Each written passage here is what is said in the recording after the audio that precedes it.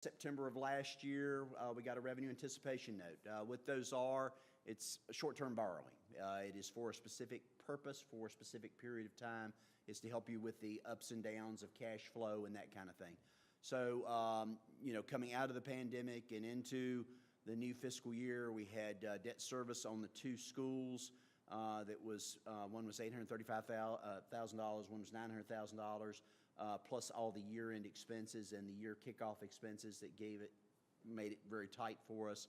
And then, of course, revenues have been tight throughout the year. We've made some adjustments in those kinds of things that hopefully we're going to take care of this, moving forward, getting through this 13, 14, 18-month period of time.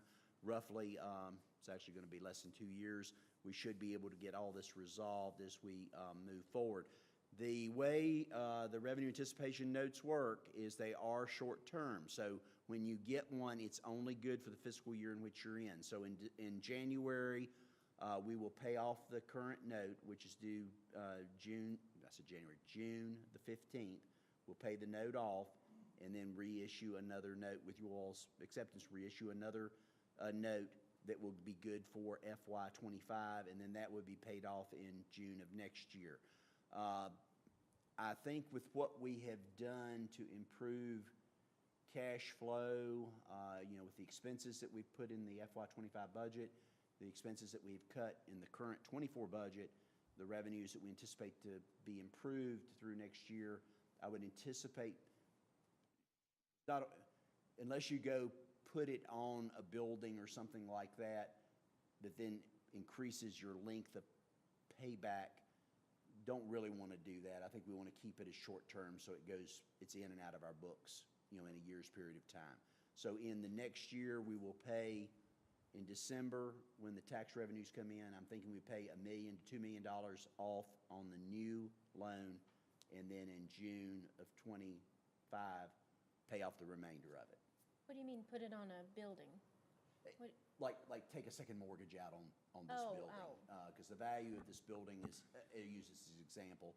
If it's $4 million owed on it, I think the value of it's over $10 million. Go back and refinance this building for $8 million. But that puts your debt further along. Yeah, okay. I was just making sure we didn't put collateral on. Okay. Yeah, this is still a short-term obligation.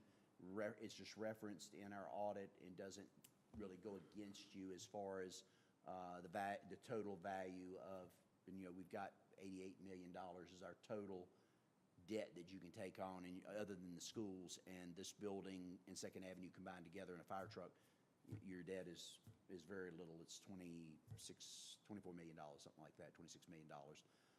And even with the RAND, we're still less than $30 million, both short-term and long-term debt. We did talk to our financial advisor earlier in the week. They think interest rates are going to be favorable for us again. They've got some interest out there that they're going to be putting it in the hands of a lot of different companies, banks, that kind of thing. So hopefully we would get a good response back with a low interest rate. The rate now is pretty low. I think it's 4 or 5%. It was one of the best ones, I think, at the time. So that, of course, local banks will get it, and then they've also got a list of banks that are interested in these types of things that would also be pursuing it with us as well. We did ask them to take a look just to make sure, because every time we look at any kind of borrowing, look at our other debt, the list that you all have got, look at our other debt to see if there's any way that we might want to restructure to make that debt look a little different so that we could free up some cash along the way. So just know they're looking at that. That would be a separate thing from this. They didn't see any issues with moving forward, but we're going to take a look at others. It would be nice if the school debt was slightly structured differently, but Virginia Resource Authority and the VPSA, Virginia Public Service Authority, that's the way they do their financing, and we're kind of stuck in the way you have to do that, and that's making those big payments in July and January. It'd be nice if it was more in the fall and a little further past your revenue collection period each year, but that. You're referring to making payments on the schools? 2 schools, yeah. Not anything to do with the budget? No, correct. No, okay. Yeah. I'm just clarifying for anybody that's listening. Yeah, no, okay. Just the 2 schools. The only other payment we have, of course, is this building, Second Avenue, that was done in the refi, and the payment on the fire truck. Garbage truck is paid for now. We're looking at other things. Y'all know we got the ambulance, and the ambulance thing didn't work out in the when we applied. We turned in an order through Goodman, and because of issues on their end and supply time, we just decided to pull back and go out with another issue with Atlantic. That will only be, we will not have to do a purchase order. So that's the nice thing about that is 2 years down the road, we're mostly doing it so we can get the order in and make sure it comes to us in the time in which to get it. But that may also be something that we look at in 2 years and decide, since the life of an ambulance is 8 to 10 years, maybe put it on a 4-year finance and not pay. We've been paying cash out. We only had one garbage truck, and we paid cash for the street sweeper, cash for the garbage truck. We'd known it was going to be this tight this past year. Probably would have been better for both of those to have been done on payments when interest rates were low. But yeah, we have always done cash as much as we can for any kind of big purchases. What's the plan for the digger? I mean, I know we don't owe that yet, but do we?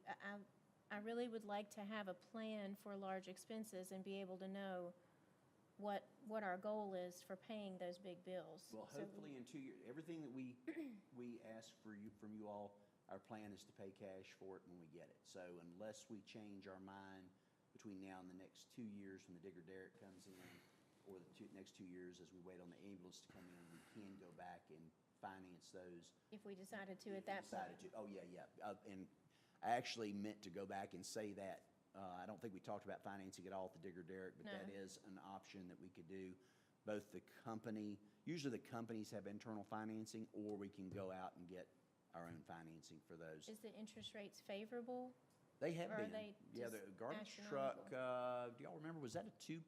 It was really low. It was close to zero. I mean, it was 1.5%. Really low. I mean, some equipment purchases have been in the 2-ish percent range, 2 to 4%. I think anytime you can get less than 5% on those, you're doing pretty good. Yeah.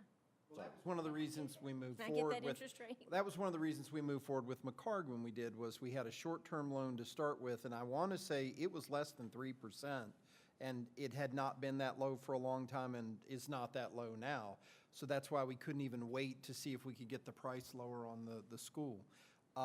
With this revenue anticipation note, I've had a couple people ask me, is this us borrowing money just to be able to finance our budget? For example, would we not be able to run the city of Radford on the tax revenue we collect in a 12-month period if we didn't have this money? Does that make sense? Are we spending $4 million more than we have? No, it's because it's because we have the debt that we have. We're paying that off with the due, but it's not financing anything. It's just going towards the cash flow to help us over the hurdles. We probably could pay some down on this June payment. Take a lower debt I'm for the next year. I'm afraid to run the risk of not having enough cash to get us through the year end and then into the transition into the next year. So the way this has been portrayed by some is that the city of Radford is insolvent and bankrupt. What is your response to that? We're not bankrupt, certainly not with the assets we have and the revenue that we have and the opportunities that are out there. So, we've made all of our obligations. Bankruptcy would be, I don't even know how you would use Well, that. that's the hard part, because I think it's being portrayed very differently than what it is. Now, I know part of our frustration is we thought today we would be done with that a year ago when we took it out, and that we would be there. Can you talk a little bit about the electric piece and how that impacted our ability to address that? Probably really good, because that is a major component, because over the past year, the increases in the electric cost, I mean, we had been in the electric bills were $1 million, $1.2 million. When you start talking about $1.5 million to $1.7 million, $1.8 million for your electric bill, you have to do a whole lot more planning. That's eating up a lot of your cash and a lot of your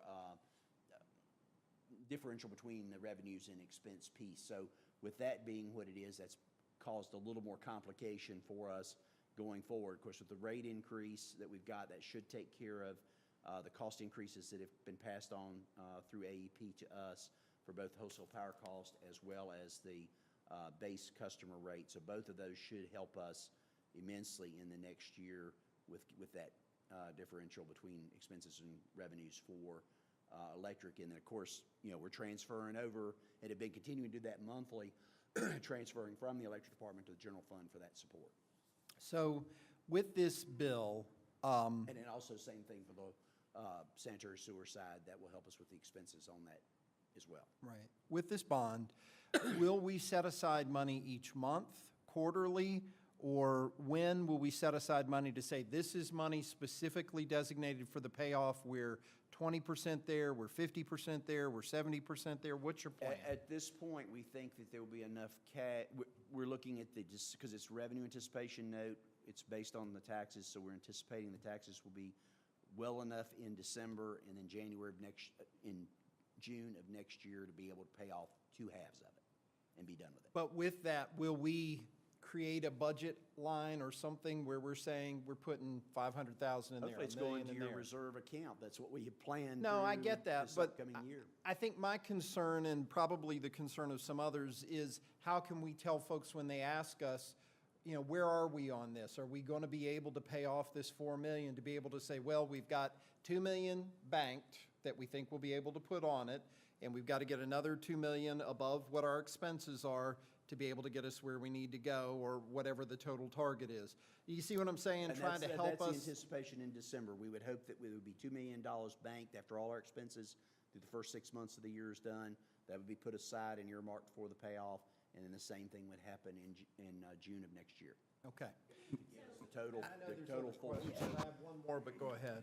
I was going to say, my payoff will probably be somewhere between the 15th and the 20th of 2025. what are you projecting us being able to have that $2 million payoff in December? I know we're trying to catch up with the school payments. I know that we've had a tax increase, but what numbers are you using for us to, when you look at this, for us to be able to pay off $2 million in December? Just the cuts that we've had and the additional revenues that we would have come in. The additional revenues off the tax increase? Yeah, there probably will be extra revenues, but I don't want to count the other things that are in there. I'm pretty much looking at the taxes only. That's the thing that drives the revenue anticipation note, is just focusing on the tax revenue. And I know that you got that final number. What is the final figure of the additional taxes that we will collect after our tax rate increase? It's $8 million. The total tax for the year is $8,460,000 divided by two halves, so over $4 million. $4.1 million is what was billed out if collections go well. Okay. And that's not counting any other revenue. It doesn't count meal sales, lodging. We had a conservative budget, so we didn't count all the extra things that we're hoping they're coming in with the hotel and that kind of thing. So that we're looking at a couple $100,000 extra there that we did not count in the budget itself. So I think we're going to have a good year. We've gotten through what we've needed to watch over the past 2 to 3 years, and I think we now have stability in knowing what size the university is going to be, what our revenue collections are going to be, and what we've got as far as economic development projects over the next couple of years. Bobby, you have anything? Thank you. Yeah, David, I'm just curious, at first, the debt that we have, how much of a factor that the 2 new schools that we have, how much of the debt, how much of that is the 2 new schools we're making payments on? So You mean out of the $24 million total debt that we have, how much are the schools? how much are the schools altogether? Yeah. Out of the $24 million, we have what, $8 million-ish roughly is left on, $7 or $8 million is left on, I don't know, they bring the numbers with me, Yeah. on Bell Heath, and then $14 million is on McCarg. McCarg, okay. Right? So that add up. Total may be closer to 26, to be honest with you, Yeah, I on the think it's total closer to debt. 26, 'cause that Because we includes owe this on this building, building too. Okay. But those are the only 3 things that we have debt But the on, as only far as I'm general aware. fund debt that you Right. have is this building's Second Avenue improvements that occurred when this was refinanced and pulled together as one a few years ago. And then there's a little bit left on a fire truck that I think its payout is I believe it's next year.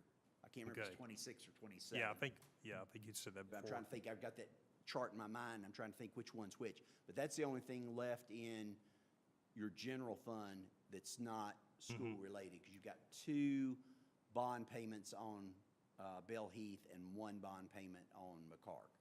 Okay, and once again, when will the schools be paid off? What we owe them, Yes. we'd pay them as soon as we reissue the tan. Are you talking about the no, total debt I'm like talk- 30 years from now? I'm talking, the total debt, You're talking yes. about not their annual payment, but you're talking about the loans. Yes, the Oh, loans, gosh. yes. 2034 is one of them, and 2040 Okay, is the other one. 2034 and It's 2040. further than that. Is it I want to 43? say it's the mid-40s because. Might be 43. I don't Yeah, think past it's that. later because it was a 25-year loan, I think, and we One was took it 25 out and one was 3 20. years ago, I think. So, yeah, 2046, something like that. I mean, we knew that was going to be a long haul. Yes, That was one of the issues. And the same thing with Bell Heath. That's the way the VPSA, VRA, that's the way their loans are. They're on, you can't, I think you can't do more than 25, and they put all schools in that because most of them are in the millions of dollars anyway. right, okay. Thank you. We got good rates on those, but again, we're trying to look at all of those to be sure that we are where we want to be as far as interest rates go, because I think all of the interest rates on the schools are Treasury rate, LIBOR, plus 0.5% or something like that. So that usually puts them around, just a little bit over Treasury rate. Okay, So pretty good rates. okay, thank you. So you said, It's a lot of money that goes out of our pocket for, yeah, when you start talking about, an $800,000 and a $900,000 payment, that's a lot yeah, for a small community. And then we have another payment that goes in December, much less than that. The biggest one is the July payment, and then they're around $400,000, $500,000 for the January payments. So do you anticipate by our first meeting in December that we'll be able to determine that we've been able to pay that $2 million? I sure hope so. If we haven't, would it be time to panic? Or be very concerned, I guess would be my question, that we're not meeting. I wouldn't be concerned until we get it, into the early part of the next year, or June even for next June? year. Okay. Yeah, well, I think we're gonna know if the revenues come in well for this June, based on what the predictions are, even with, what you think is gonna be defaulted upon, we should know how we're gonna be doing, I think, about through the summer. Okay. so we said roughly 26 million is our debt, roughly. And then 30 when you add this to it, yeah. Yes, okay, so there's 14 and 8 for the schools, which is 22. So the other, Sounds right. the other 4 million is roughly just equipment and It's- little things altogether that add 4 million? What else No, is the the only other thing big that's the only thing? thing that's left is the fire truck. Well, you still got debt on this building. It's this building, this which building, is fire is truck. 5 million, and the fire truck. Okay. And that's it, isn't it? Okay. Because everything else is water. Second Avenue improvements that we made when we put in the roundabout. But that. and this Right, building are that's together. included that, Yeah. right. And when you look at what I sent you guys a few months ago, there are 2 loans associated with Second Avenue and this building. That one is paid off this summer, so that one goes away, and then it's just the one bulk payment. They combine both together to get the best interest rate, which is the difference between the two, which is a little over 4 million. So we financed the fire truck? Yeah. Okay. And the fire truck, yeah, the I fire just- truck's moving pretty far along now, so we're within 2 years of it being paid off. Okay, I just wanted to kind of get an idea of the lump sums of where that other 4 million Yeah, was. we've always done, This is actually 30. we've always done paid cash for everything, and that's always made sense.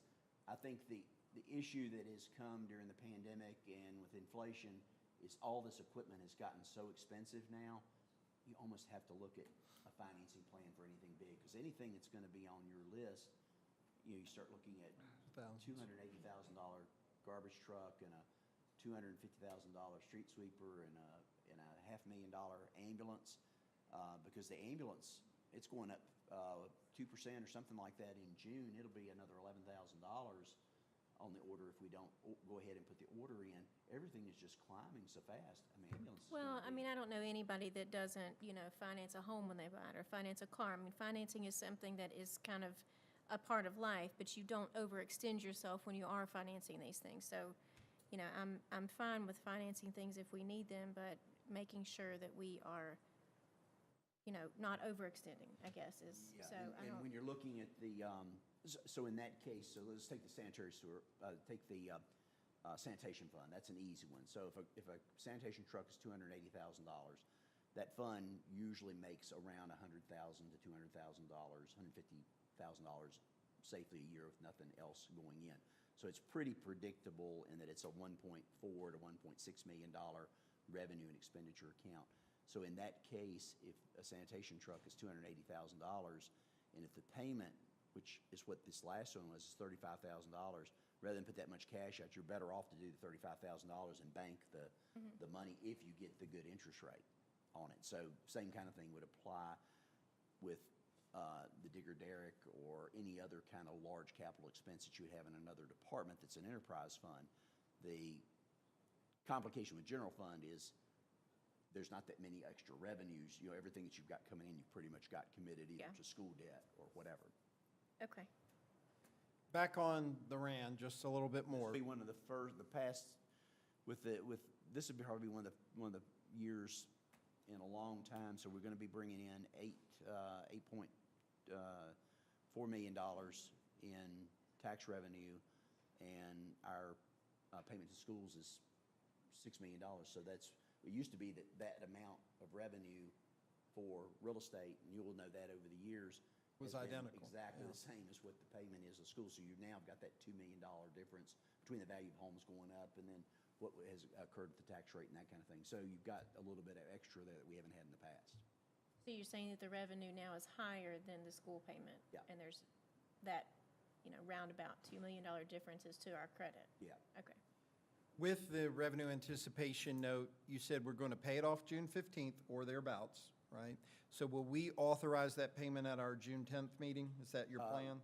If y'all are good, I need to go ahead and tell the financial advisors to go ahead and get the request for proposals out. If y'all are good with that, and then at the June. 10th meeting. 10th meeting, then we would do a ordinance that would authorize us to do the closing and all July 1. And then would we wait until July 8th to do the new RAND for 24, 25? No, Or would we do that that's at the June new 10th? RAND. So you're doing all Okay, that. do it all at the once next on meeting. Yeah, 'cause June we're just- 10th. Yeah, we've already got it planned to do the payoff anyway. So Okay. there's nothing you need to do on that, we just pay it off. And you mentioned interest rates being in you think, you don't know yet, but in the 4 to 5% range. We budgeted $300,000 in this year's budget We to budgeted pay for the RAND, $335,000, right? So potentially, we might, if we get a good interest rate, get it more in the $200,000 range for the $4 million, correct? Correct, but we were looking at, when we put that, the other piece that may be some good news is, when we put I think it's 355 that's in there. Right. When we put the 355 in, we were looking at what the debt service payment was, which was the same amount, almost the same amount of money for this building and Second Avenue. So when we put that in there, we put the same amount in. If we are doing this as a lump sum payment in of whatever amount, $1 million, $2 million, whatever we want to do in Right. December, and the same thing for next June, then there's no payment in the middle. We pay an interest payment of about, I don't know, $95,000. That's going to help you with cash flow as well. Well, it's going to add to your budget, so that can go to Okay. reserves or whatever, because that's what we've counted on. So it'd be additional that, we're not So looking at potentially holding the you're line saying, on yeah. everything. There's no new expenses coming in. The only thing we've got coming up is if everything works out with ARC, is the work we're going to do downtown, and now that's been put off because we got the special community fest coming in late August. August 24th. Yeah, so 11 to 7. it'll be at least the fall before we do that, and I don't want to get into any expenses until we know Okay. how everything's going to end and how everything's going to begin. And that kind of ties into one question I had. Of the ARPA funds, have we exhausted all those or gotten them off the Yeah, books? they were done through the process. You had to have them spent by 2025 anyway, and they were done for all of the things, mostly salaries for fire, police. It was the bought an ambulance with it. Everything was related to that. It was the cleaning, it was the making the municipal building front access stores, so you didn't have to go into the building. There was a lot of projects that were in there. So East Main was not part of the No, ARPA no, funding? no. Okay, No, thank you. no, that is did I say ARC? Did I say ARPA? may I have said ARPA, yeah. Did I say it incorrectly? ARC, Appalachian Regional Commission, is where that grant comes from. Okay. Not the American Recovery Program. Okay, thank you Sorry for about that clarification, yeah. I've got so many acronyms. Right. We've got Thank 4 you. minutes. I still have a couple more questions, but does anybody else have anything else on this subject? I'm good right now. So y'all are good to go. Davenport will go ahead and get an issue out to interested banks, and I'll let you know as we get responses back. We'll give you a summary before the council meeting on the 10th, and if everything looks good, we'll move forward. Y'all will have a resolution at the meeting on the 10th. For closing, we got 2 weeks of tight period of time where we do the payoff on the 15th, 2 weeks to the first or second of July for the payoff, and we're good to go for another year. So with this, some folks have asked me, what could we have done differently rather than borrow this money? What would have been the other options to be able to do what we needed to do with this? Really no resources to be able to get that much money in. I mean, you had to use your reserve accounts. You know, the plan is to rebuild back the reserves. It's through that period of time. We were trying to keep from going up on rates for customers because people were out of work and businesses were having a hard time, so we used reserves to try to keep our stability through that period of time. So realistically, to have been able to have that additional $4 million at the time we needed it with the other expenses that have come in from electricity and inflation and all that, we would have had to, in 2022 and 2023, potentially raise rates fairly significantly to generate that kind of Correct. revenue. We Is would that have had to have correct? done that throughout the pandemic, and the plan was to try and not do that during that period of time. You know, like you all, I've heard different things. We have not been reckless spending. There's not been any special projects that came out of the $4 million. It was used purely because of the shortfall as we exited 2024. I mean, the numbers were fine, but it was just the cash flow that we had going right into the summer and then making those big payments. And the then jumped up electric bill of July, we had over $4 million that needed to go out in the mid-July, early August time period. And it was just really, really tight. We made it go, and we continue to make it go. Well, and I mean, I've been looking at I know numbers. it's on everybody's mind, and it's one of those that stresses all of us out until we get it all paid off. I think the big thing is doing our monthly updates, but then also once we get to December, talking about specifically, we feel like we're at the halfway point, maybe even being able to make a payment if we're able to do that. Oh, yeah, And well, I then- should say that, the way these are set up, you can start paying on it any time. So let's say September, things are looking good and we feel pretty good about it. Heck, we'll just send $500,000, $1 million, whatever it is. Any amount you could pay down on it, we'll just start working on it. Will that be And by less the way- interest we have to pay if we pay it early, or will we be a fixed interest cost of, if it's 5%, $200,000 or Interest payment whatever? the interest gonna be the rate is same. going to be the same no matter Okay. what. All right. Yeah. So help us stay up with this. I think this is something we're going to have to revisit monthly to make sure that we're all on the same page and that nothing is hanging out there that we're unaware of. But I think this has been good. Are there any other questions before we close this portion of the work session? Okay. So you're good to go? I think we're good to Davenport? go. So in case you get asked questions, you may see We'll it do our in the best. banking industry, you may see a proposal come out. You know, if any questions, let me know. That probably will go out in about a week or so, and everything will be back in by the time we get to that first week in June. Will you keep us posted, because several folks do have, I know, relationships with financial institutions, and that could make it tricky for conflict of interest stuff that we'll have to work Absolutely. through, so we just want to make sure we're good on all that. All right, anything else? Well, we will close this portion of the work session, and we will move forward with our Transit Strategic Plan work session. So you all are welcome to come on down.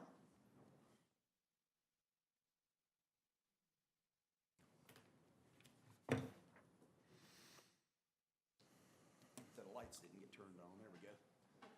And again, I'll just say this while we're getting set up for the next thing. If there are folks out there that still have questions about the revenue anticipation note, please ask us. We have got to dispel misinformation because we're trying to keep everything on the same page. So please ask us. We will ask those questions in open council. We will have the answers for you and try to make sure we get that taken care of.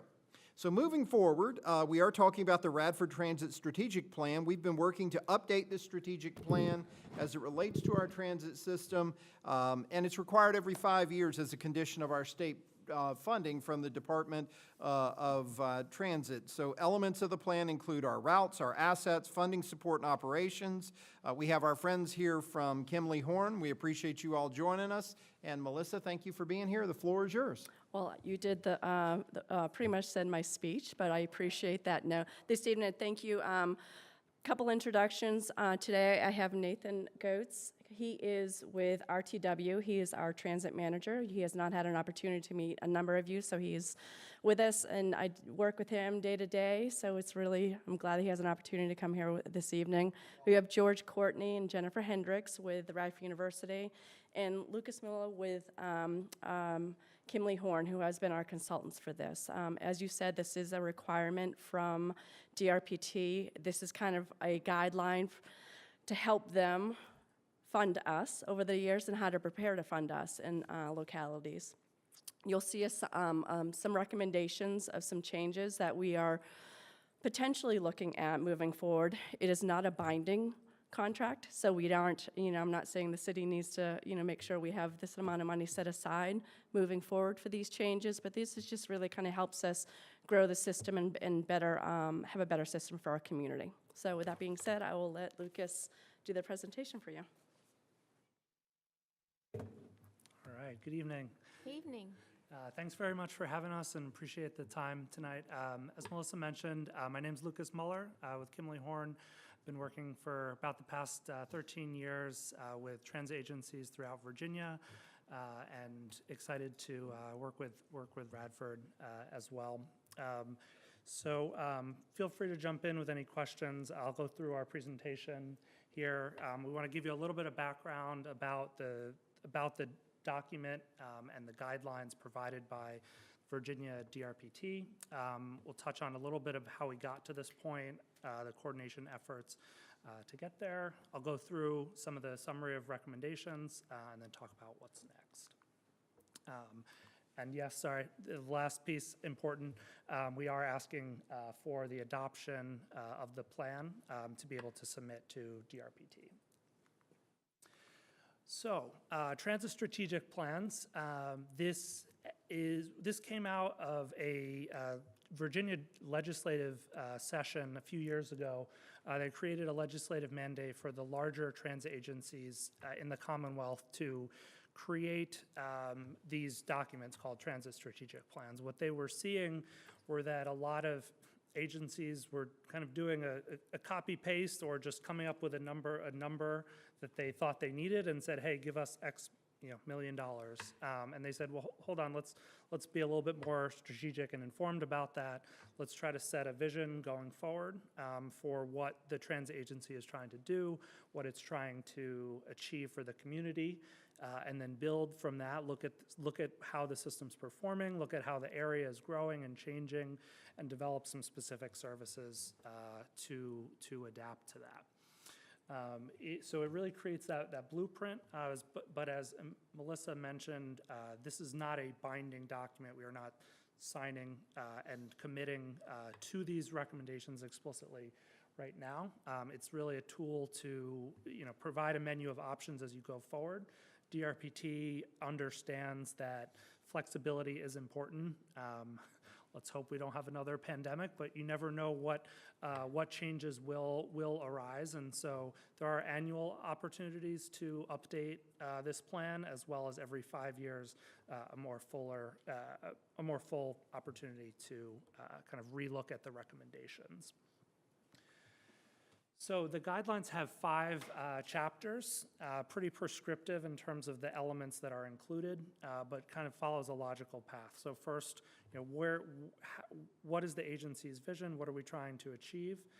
Chapter 2 is really about looking kind of looking into the weeds of the details. So how is the current system performing? What are the market and travel demand factors that need to be included so we can make sure that our transit system aligns with that? Chapter 3 is probably the main meat of the plan, the service recommendations. That's where you'll see, okay, this route goes on this street instead of that street, or other initiatives. Chapter 4 is really about the implementation, so the capital components, what buses or other facility needs are there.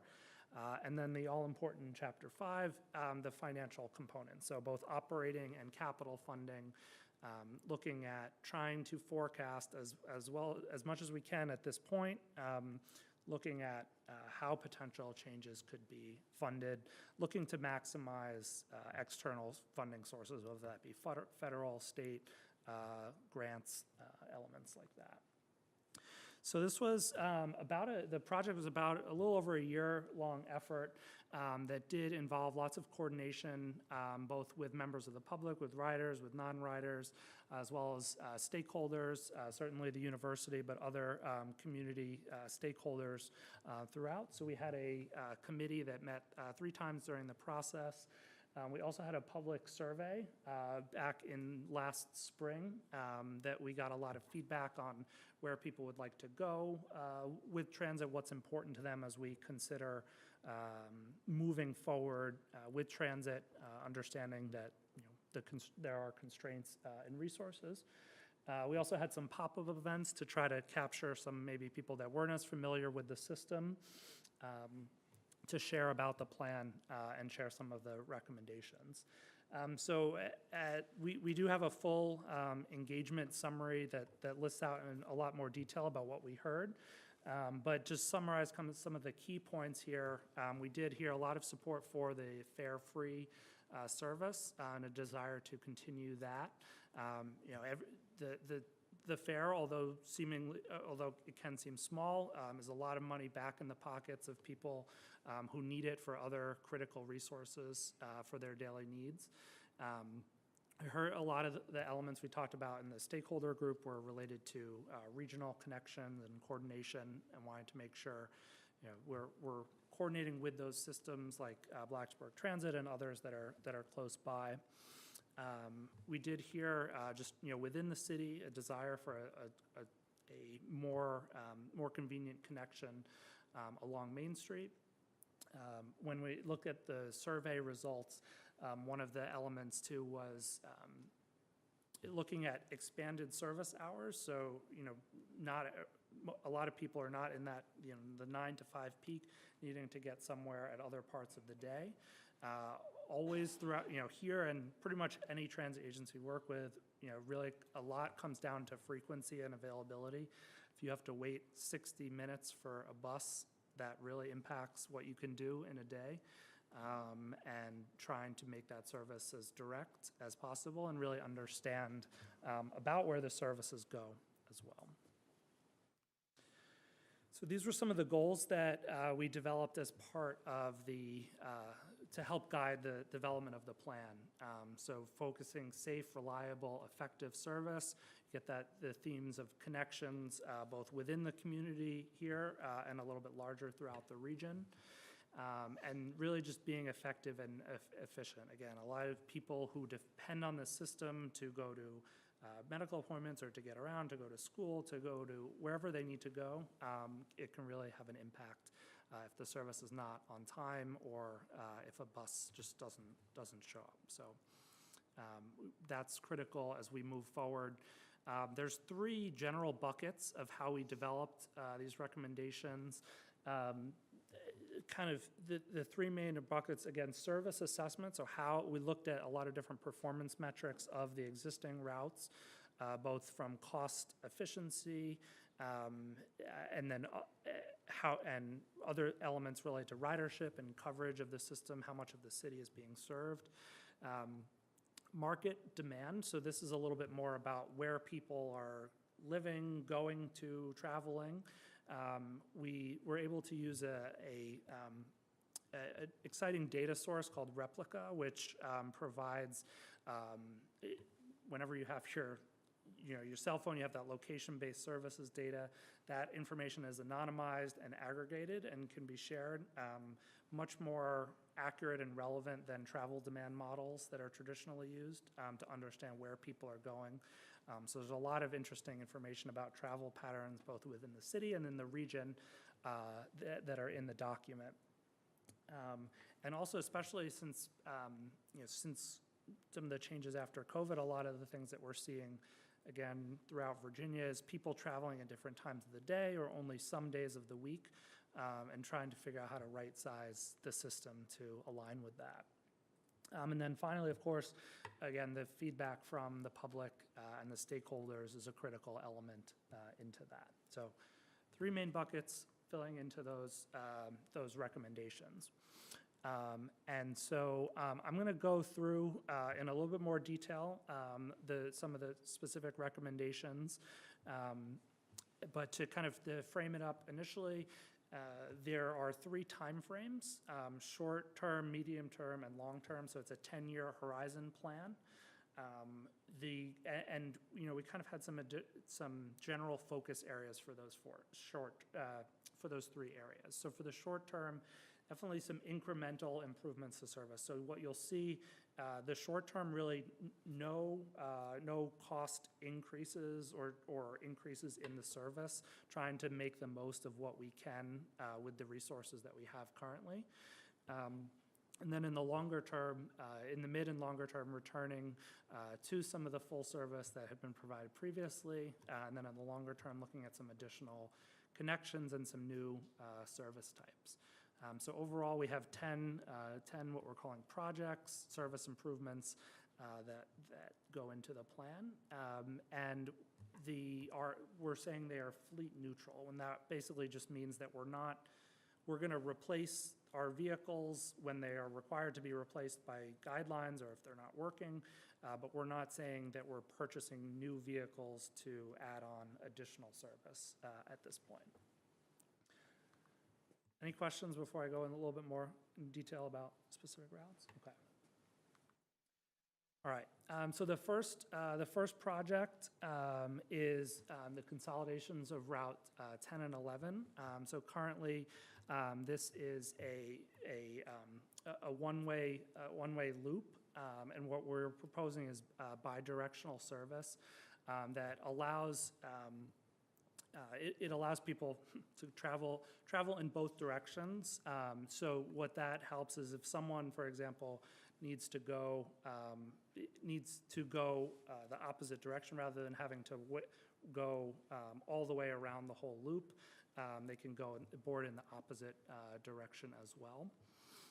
So this is one of the first initial projects here slated for the short term. The second one is what we are calling for now the Highlander Circle. So this adds an additional tail up to the further south, increasing some connectivity between the student housing, the municipal services downtown. This does reduce some of the Route 60 service, but that is picked up by some additional routes as well. Which one is the Route 60 service? Is that shown on that? That is or this is the new proposed service? So the gray, which you see under the red, is the existing that would be being removed by this route, and then the dashed red on top is the proposed. Oh, I don't see it. All I see is solid red. So maybe it's Sorry, because it's, no, that's okay. Is there Okay, I know. Okay. a top button? It's That just short. this minor- Okay. This minor piece. Gray, but your dashed red is all that goes up basically to Copper Beach, right? That's That's what the the new tail is part. down through Okay. there, and then some that's out through East Radford into the neighborhoods more, right? No, I like the student housing and municipal services connection. I think that's good. Real quick, while you're on this slide, I know that probably a point of emphasis for all of us, and you may address it later, is to get those students also west Radford, to get in our, the shops and the businesses down there. So maybe that's coming up, but have you thought about that as well in this? Yes, there is actually another route, let's see, it is the Route 50, which I'll get into a little bit later, that provides that connection to the western areas. Connector.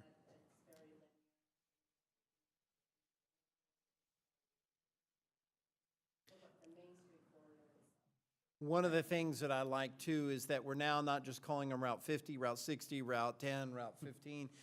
Having them like Highlander Circle and all that is going to be more descriptive because it's Yes. confusing to everybody when you say, I don't know what is that the Route 50 50 or the is. 60 or the 20 or the 30? I'm not sure where we're going. So if you don't use it a lot, I think it makes it more difficult. But please continue.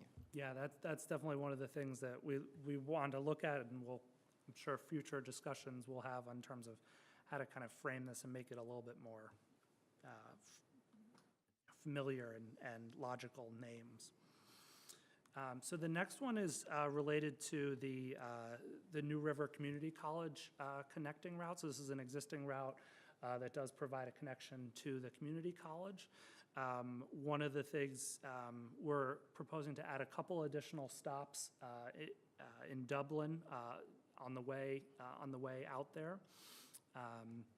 To provide some additional connections. There was also some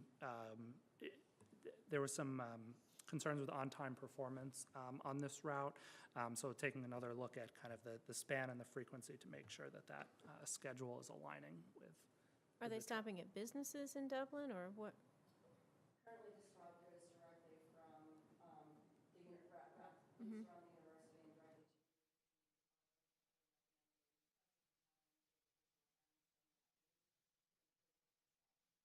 Oh, we don't know what stops they are, just okay. All right. So the next one, again, kind of switching the names a little bit to make them a little bit more logical. New River to Wadsworth here. So this kind of consolidates two routes into one connection that goes over to Fairlawn. Again, connecting from the university as well over the river, serving some of that the planned development as well along Tyler Street. That portion in the gray that is being proposed to be removed here, that is served now instead of by this route by a different route, which we'll see shortly here. And this is now going in talking about the midterm changes. Beginning around fiscal year '29. All right, next one was, this is what we're calling for now the Main Street Express. So really a more direct connection fully from the west to the east.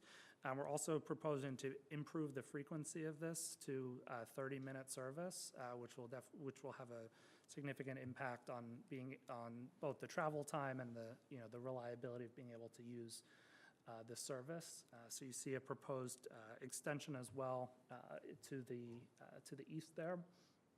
And again, any of the services that are shown in gray, which is the existing routes, they still will be served just by a different route. I think this makes a lot of sense. My biggest concern about this, having read through the plan and been a part of the process, is the time frame. We're still 5 years out potentially before we'd be able to even see this going. And I recognize we're trying to do it without adding additional buses and without additional costs. But I think that would be one of the challenges I would love to see, is to find a way to get here sooner at some point. Figure that out. Because this is a real crucial piece to being able to get people through the neighborhoods, to get people, if they want to come to something in East Radford or down at the university or even beyond, to be able to access that a little quicker without having to drive. So this is a real important one, I think, for us as a community. If we have things at Glencoe, or if, for example, we have something that would be an event in East Radford, this is going to be a crucial one for people to be able to use. Yeah, absolutely. And if there are able to be there, if funding situations change, or if there's able to be maybe a grant program that comes up, that could certainly this could be advanced if that is. To move that up, what would you think would need to be the kind of capital? A new bus, multiple buses? What would we be looking at? No, we're not looking at any expansion in terms of Right. adding any more additional buses to the fleet. There's a couple of changes that we would have to do, not only to the 30, but the city would be taking on that inner infiltration Yeah. of that into the community is being lost some. Right. So it's going to be made up later on, and we'll see part of Right. that. So is it more personnel than than equipment, or which would? But what would the money be going toward? Would it be more of the personnel the to run the operating. buses? Yes. Okay. Sorry, I apologize. No, that's what I was trying to figure out. Do we, Our cost for the city and the university is done literally by routes. Right now, we are on city service, so our routes are reduced, and we have a certain amount. We would be taking on an additional route during those city services for us to be able to Gotcha. implement this. okay. Yeah. Whatever the cost of running that route would be is what we would take on. Yeah. Gas or Right. personnel or, yeah. Part of it is taken on by the federal. Yeah. Sure. Still is all proportionate, but we would have additional costs. Yeah, usually the operational piece is the tricky part to obtain, just because of the recurring components of that. But we would be more than happy, you and I can sit down and look at what that difference would be for. Well, I think it would make sense for us to be able to look at grants or other opportunities, because like I said, for me, having read through the whole plan, I love a lot of what's there. This one's really crucial for a lot of our plans for economic development, Yeah. for trying to engage people in different areas, and so it's a real important linchpin. The earliest that we would be able to see, of July 2025. Right. We wouldn't be able, we could potentially look at including it into our application process for next year. Yeah. I mean, that'd be better than 29. Yeah. No, you're good. And I know I've asked this multiple times, but this one I feel like could be a game changer for us as a community, particularly if some of the other things we're hoping to have happen come along. This is real important, and it also goes out and serves that far west Radford piece that, we really would like to engage a little bit more as well. But thank you. I'm sorry for Yeah, digressing. no, it's good point. And again, there are certain, Radford has taken advantage of some of the state grants that are available, and, certainly those could continue to change or may be relevant, especially if you're expanding to a new service area. There's certain grants that can Right. be applied to that. Okay, so for the 35, this one, again, that's because that the southwestern portion is now served by the East-West Express. This provides a little bit more a direct connection to kind of the more central area, again, across over to Fairlawn. And then you see there's a dotted red portion up here that's extended to serve some additional retail up there that seemed to be a requested destination.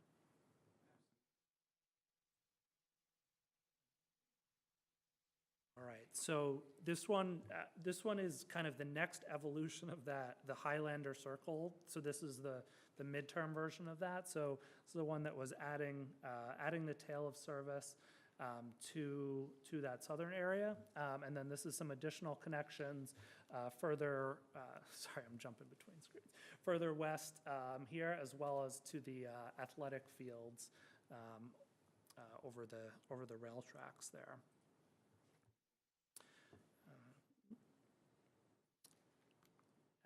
Okay, and then this is another one here that has another western connection to the university. So this picks up some of that service that was removed that serves through the park, and then connects to the west as well. We would have to, Right. 20 and 25 routes had taken away. Park access. And that's an important part too, and I wanted to comment on that. That was one of the concerns I had when we were developing the plan. All of these things are so important, but just thinking through the things we've talked about and how people use the system, having access to the park is really crucial. This is the only one that really extends further out into the neighborhoods, that takes you down into the park. Trying to think of people using this as a system where they may take one bus to get to one location, then transfer to get to the second location, rather than having to ride for an hour and a half or whatever to get all the way around to get to a spot. But no, I appreciate that, and I do understand this is another component of that. Yeah, this is an example where kind of focusing on expanding the coverage rather than, providing more frequent services, serving more new areas. All right, and then this is another, one of the regional routes here, so the New River Valley Connector. So this is an existing route, but we've proposed a couple modifications. One is serving the hospital, New River Valley Carillion, sorry, is that hospital, yes, and then an additional park and ride on the eastern portion. There is a modification here that late night service going to Blacksburg and Virginia Tech would be removed. We're seeing less demand for that service, so trying to be efficient. A long route like this is a resource intensive, so trying to align with the travel patterns there. Your new line, the new dotted line that's there on the furthest right-hand portion of the screen, is that picking up some of the area that might be near the potential new rail station in Cinnabar that's on the other side? It's not at the mall, but, okay. Once that is good, once that's identified. Right, All the transit agencies, and we'll continue to okay, place for all the transit agencies. sure. So we may end up having to go into a regional.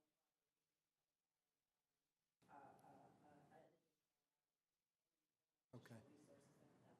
Melissa, have any of these routes taken into consideration the new RV resort that's coming, and maybe access to that? Not at this point, it wasn't, we're Right. a lot further along the plan. Right. When they got approved. Certainly moving forward, we'll always keep that, as development, occurs. But the east-west connector, if I'm not mistaken, goes almost all the way out there. Yeah, okay, yeah, so, We'll continue to monitor that. right, okay. That's a good point. Yep, thank you. I mean, we would have to go a little bit further, yeah, but, It really is about accessibility Yeah. and turnaround, so, we'll always have to keep all of that. but as an example, again, looking at this as a system, a shuttle back and forth from that farthest west stop might just be a 2 or 3 minute drive, if that makes sense too. But that's where, again, that east-west connector makes all kinds of sense to get people into downtown. Yeah, it's actually an interesting kind of transition to. Right. Yeah, you let it in well. So the last project here, which we've included in the plan, is proposing a microtransit zone. So microtransit is similar to demand responsive service, but it can be requested in real time, shared rides, but can be requested through a phone app or calling. And basically, the idea of it is that you can, this is a very preliminary, boundary. It would need to get, further assessed, but anywhere in the zone that's identified, you could request a pickup and drop off. So we're seeing a lot of entities and cities similar to Radford experimenting and piloting this type of program.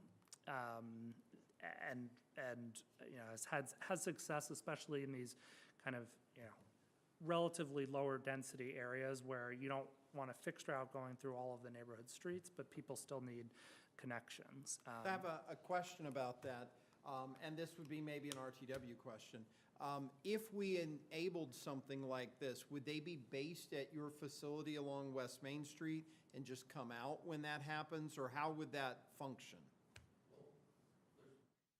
A lot of different ways, the way that those get implemented basically it's private, it's like public Uber. Yeah. But it's like a van that's- or was- something yeah. like that that would be, Smaller vehicles. right. And there's a technology side to it of the programs that work to be able to do it. Some places do dispatch it.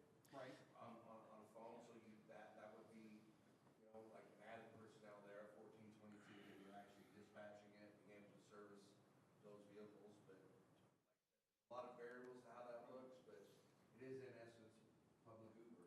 That's what, that was kind of my question too, was this is a hybrid of Uber? Right. Right.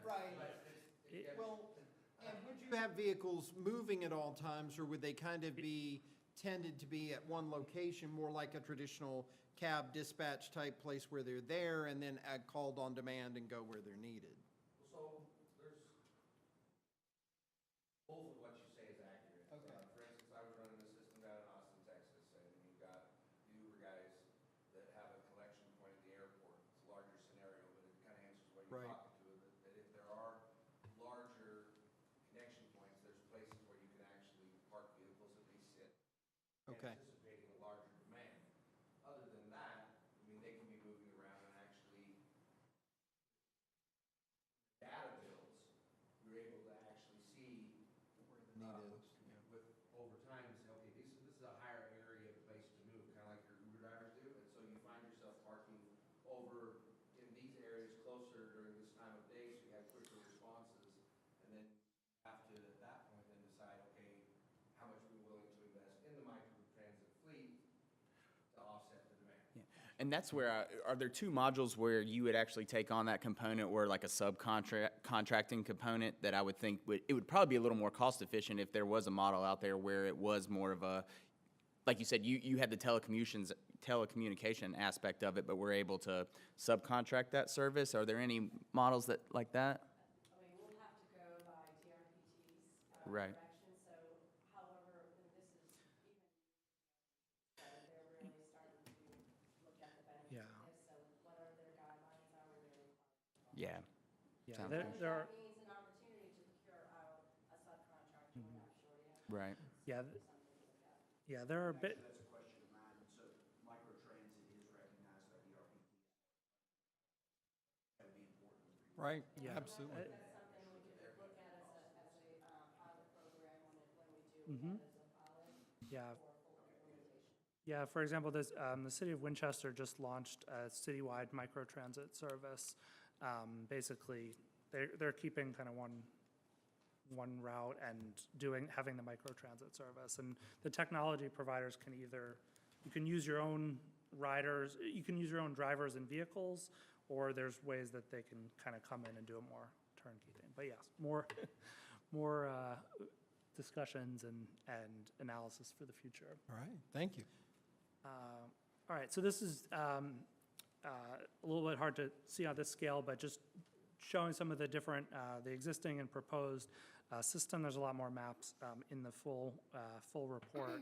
But an important thing to highlight, while we were kind of mixing and matching areas, there are no areas that are losing any we're not removing service from Where a any bus is today, areas. there will be a bus. Yes. It's just where Thank it you. goes and how it operates, right? Thank you, you got it. All right, so again, this is the 10-year horizon that the TSP covers. So in that shorter term, again, the more cost-neutral changes, tweaking to routes, beginning to implement some more service in the midterm, and then some additional service and connections in the longer term, obviously subject to things moving up or back, depending on funding availability and priorities. So that all of that was chapter 3. I'm going to cover chapter 4 with one slide and chapter 5 with one slide, but they certainly are important. This is the capital component. Again, no expansion vehicles are programmed, but based on federal and state requirements, there are what's called useful life for the vehicles, so those need to be replaced. So about 24 replacement buses, vehicles through that 10-year horizon will be needed. There's also some additional just more minor kind of stops and shelter installations. There is in the out years currently in fiscal year 28, some planned design and construction of the operations facility. And then something that's recently come up is the desire to do a agency rebrand, looking at coordination, the look and the feel of the agency, making sure that's in line with the city and partnering with the university and others to help make it more kind of public friendly. And then from the more operational financial considerations, The DRPT plan does require it to be financially constrained, so we're reasonably assuming what the forecasts can be. If you look at the tables and see the numbers going up, it's important to note that there is an annual escalation for inflation factored in there, as well as, so the costs are in year of expenditure dollars. Again, looking to maximize external sources for funding, federal, state grants. But we all want and want to see, higher frequencies, but that also does come with a operational and sometimes a capital cost. We mentioned we'll continue to work with the university on that, the share of service hours that will be determined during the regular budgeting process. So that being said, there are certain, it takes funding and investment to operate this service. Transit is not a moneymaker, no matter where you go. It's something that requires investment and local contributions, and so that will continue to be the case. But we feel that this plan and these recommendations are striving to be more efficient and better serving the community at large. So based on this, can you go back one slide, please? That right-hand box is one that we would be obviously very, very concerned with and thinking about. What kind of local funding increases would you think we would be looking at in those first couple of years based on where the strategic plan is? So for the first year through FY28, the only inflation or the only increase in funding that you'll see through the plan is from the inflation, from the annual inflation, and then any additional increases would happen. I believe there's 2 years that have cost increases associated. But they're further out. They're more like further out. 28, 29, 30, somewhere in that range? Yes. Okay. And David, just to get your clarification on this, we're about a $300,000 city buy-in, so that additional piece might be anywhere from, let's say we had 3% inflation up to what we recently experienced that was 7 or 8% a year, but that's more the range we're talking about for something like that, correct? And depending on how the routes turn out, Right. ultimately the village. But I think that's just important for us to kind of conceptualize so we know we're not talking, it's going to be an extra $500,000 a year, that, realistically, it's a rate of inflation for those first few years, and then as we start to look at additional changes and progress, that may be additional funding that we'd have to figure out. In each January, when you'll approve the application for funding that's inclusive of Right. all the changes, so you would see that prior to us submitting. Yep.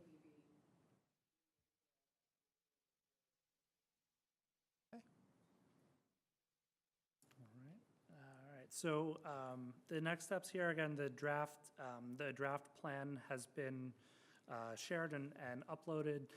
There are opportunities, anything that comes out of this to just, make any tweaks or final revisions.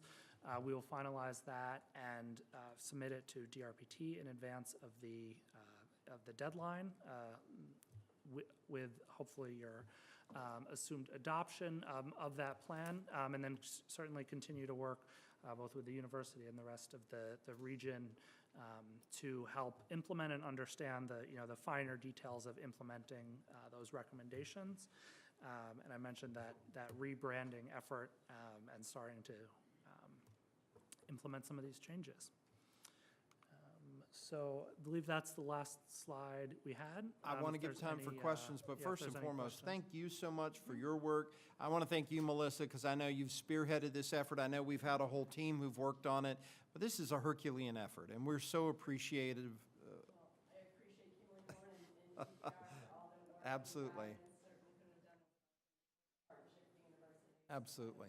And thank you all for, this is an important piece, and it's kind of a big chunk. It's something to really consider. Certainly, some of these things are very long-term, but I think it's good that we're looking at this as we plan out progress for the city.